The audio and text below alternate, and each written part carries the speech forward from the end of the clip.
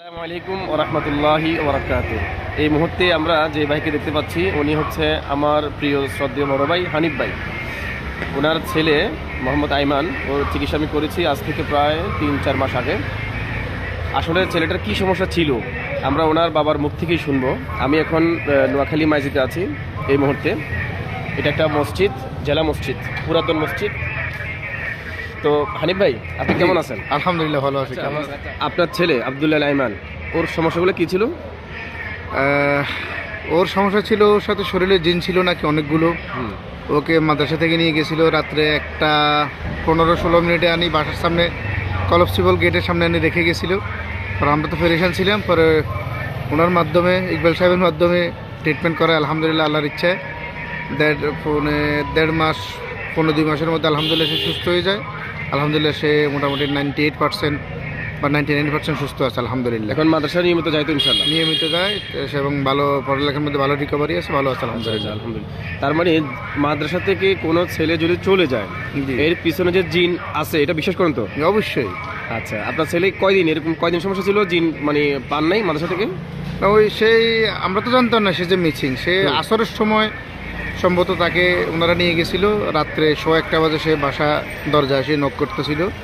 সে উষ্ণ পাগল ছাগলের মতো ছিল, আর পরিস্থিতি ভিন্ন হয়ে গেছিলো।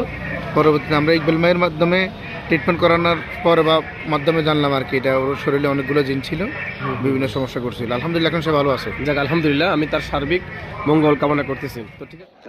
আসসালামু আলাইকুম ওয়া রাহমাতুল্লাহি ওয়া বারাকাতুহু। আমি এখন ভালো হয়ে গেছি, আমার জন্য দোয়া করিয়েন। আপনি কেমন আছেন? আপনি কেমন আছেন?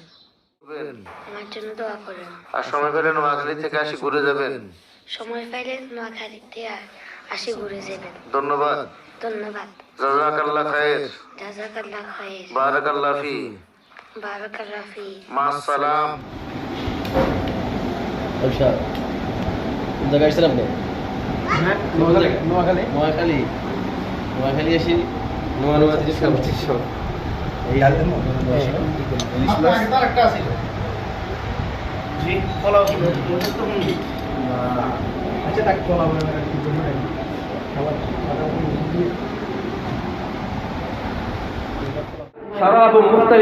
شراب مختلف ألوانه فيه شفاء للناس يخرج من بطونها. شراب مختلف ألوانه فيه شفاء للناس. اللهم ارحم بهذه الرقية، اللهم ارحم بهذه الرقية، اللهم اشفع لنا، اللهم اغفر لنا، اللهم اشفع لنا، اللهم ارحم في بطوننا، اللهم ارحم في بطوننا. والله أخرجكم من بطون أمهاتكم.